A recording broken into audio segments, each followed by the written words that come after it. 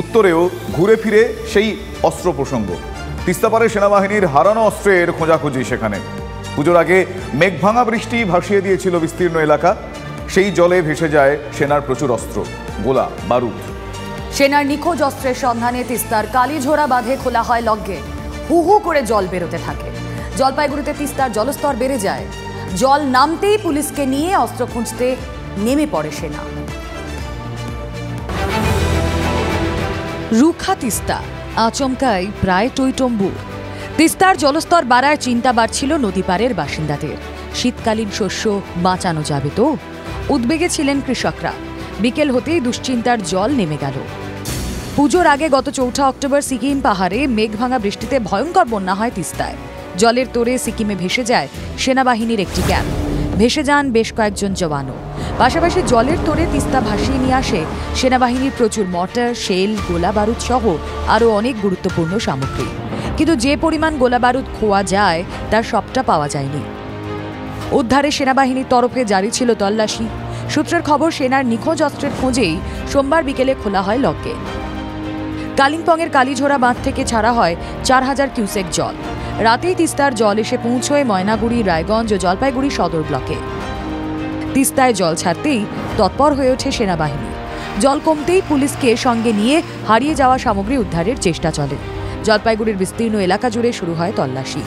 এর আগে যেরকম সিকিম থেকে অনেক কিছু ভেসে আসছিল, সেগুলো হয়তো খোঁজ টোজ করার আজকে অনেক প্রশাসনে অনেক লোকই আসছে। আজকে ভয় তো স্বাভাবিক। আমাদের এখানে আমি যেরকম 10 বিঘা আলু করছি, এখানে আলু মনে করেন অলরেডি হয়ে গেছে। এবার এই আলুর জমি যদি নষ্ট হয়ে যায় তাহলে আমাদের অনেক লোকসান হবে। আমাদের এখানকার পুরোটাই কৃষির উপর নির্ভরশীল। তিস্তার জল বেড়ে যাওয়ায় ভরা শীতে উত্তরবঙ্গে জারি হয় বন্যা সতর্কতা। তৈরি ছিল প্রশাসনও। তবে জল নেমে যাওয়ায় কেটেছে বানের দুশ্চিন্তা। সুখা তিস্তা থেকে কি সেনার হারিয়ে যাওয়া অস্ত্রের খোঁজ মিলল, তা অবশ্য অজানা। জলপাইগুড়ি থেকে নীলেশ্বর সান্যালের রিপোর্ট, TV9 বাংলা। আসুন এবার হুগলিতে যাওয়া যাক। 2000 সালে গড়ে উঠেছিল একটা শিশু শিক্ষা কেন্দ্র। 2024 সাল শুরু, আর এই কেন্দ্রের পথ চলা শেষ। একমাত্র শিক্ষিকা যিনি এতদিন সব সামলাচ্ছিলেন, তিনিও এই 31শে ডিসেম্বর অবসর নিয়েছেন।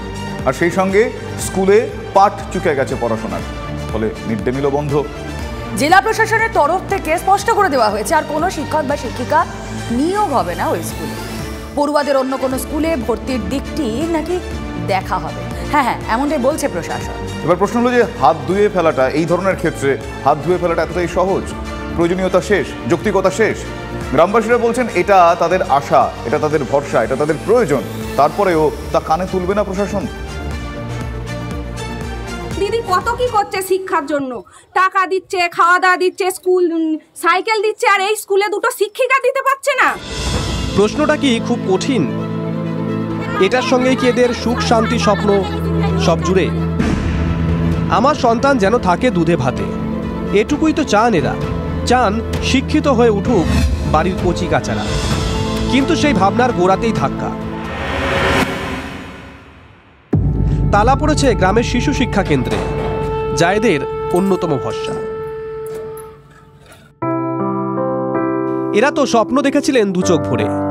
রাজ্য সরকার যে স্বপ্নের পথ প্রশস্ত করতে ব্যস্ত।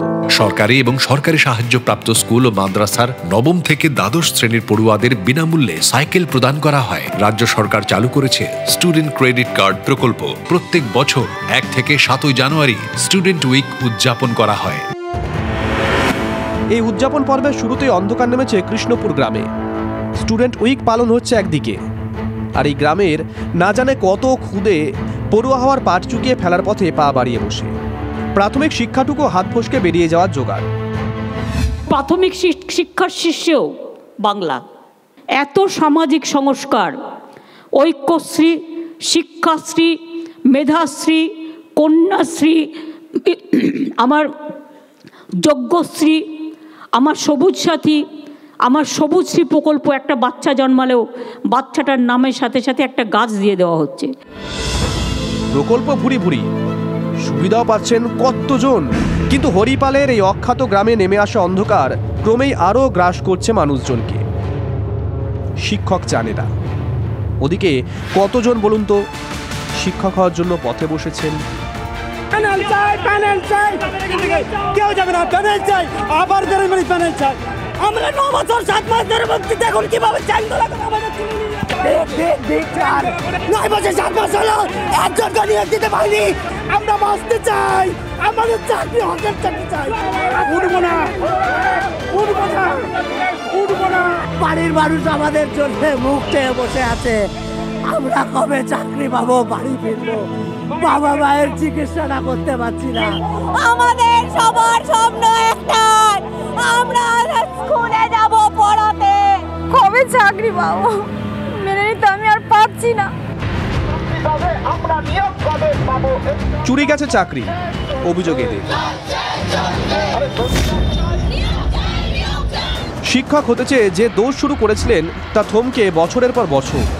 এরা লড়ছেন, এরা মার খাচ্ছেন, পুলিশের লাঠির ঘা এখন রোজ নামচা। এরা লড়ছেন, লড়ে যাচ্ছেন। লড়ছেন আরতি, মাধবী, জয়ন্তীরা তাদের বাচ্চাদের মুখের দিকে তাকিয়ে। দূরে কোথাও নতুন স্কুলে শিশুদের নিয়ে যাওয়াটা তাদের কাছে কষ্ট কল্পনা। যে স্কুল চলছিল এতদিন তা কেন কেড়ে নেওয়া হবে, জবাব হাতড়ে বেড়াচ্ছেন তারা। এরা একটা আবেদন করুক, এডুকেশন ডিপার্টমেন্টে আবেদন করুক। আমি জেলার মন্ত্রী হিসাবে আমি নিজেও বিষয়টা দেখব। শিক্ষা মানে এখন যেন হুলস্থুল ব্যাপার, রাজনীতি, বিতর্ক আর আকচাকচি। কিন্তু এই মানুষগুলো তো এসব চান না, চাইছেন শুধু স্কুলটা চলুক, হোক নিয়োগ। কলকাতার পথে বসে ওরাও তো বলছেন হোক নিয়োগ, আর প্রশ্ন সেখানেই হবে কি। Bureau report, TV9 Bangla.